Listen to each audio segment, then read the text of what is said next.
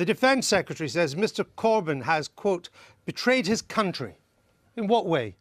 Well, the Defence Secretary's chosen his own words. I mean, the point for me about this debacle is that he we betrayed believe... his country? Well, Jeremy Corbyn, I think, is a grave danger to this country, but that's because has he betrayed the country? That's because of the ideas in which he believes and what that would mean for our economy and our society. People have all sorts of ideas. But your Defence Secretary, our Defence Secretary, the Defence Secretary of this government, of our government, has said the leader of Her Majesty's opposition has betrayed his country.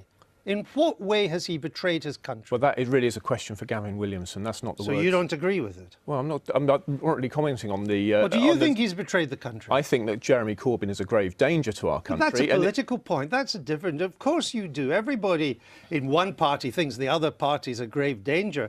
Betrayal is an entirely different matter. That's a serious accusation. I just point out that a senior figure in the Czech Republic Defence Ministry says Sarkozy, who is the former Czech spy, it's his real name, is a liar. That's the exact word.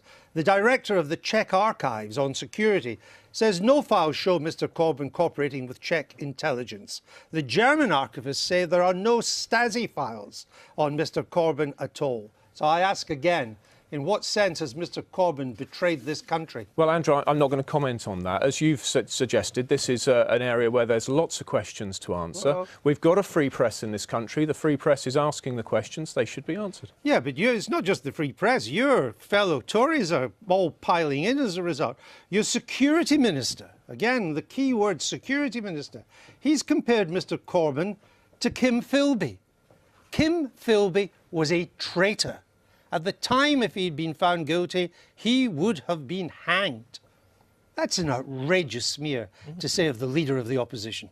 Well, Andrew, I'm not going to allow you to draw me into potentially libelling anybody, and so I'm not going to comment on that. So you don't agree with that either? So you don't agree with the Defence Minister, you don't agree with the Security Minister? But this is classic dead cat strategy, isn't it? The government's on the ropes on a whole range of issues, from NHS crisis, children's services are in crisis... I've got the government on the ropes and you've just interrupted. The domestic agenda. Let me try and keep him on the ropes.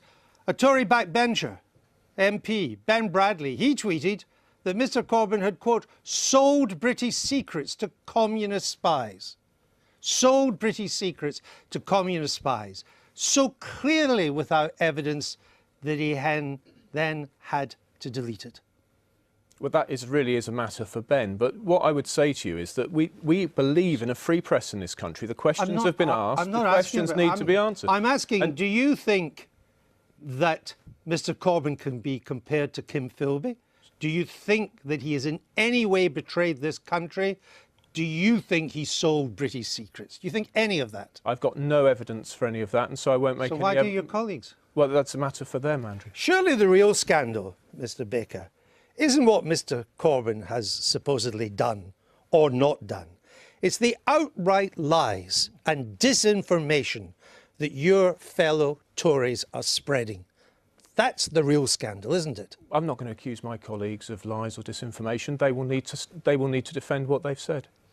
Well, I would put it to you, it's clearly a lie on any evidence so far available to us that Mr Corbyn sold British secrets to the communists. Agreed?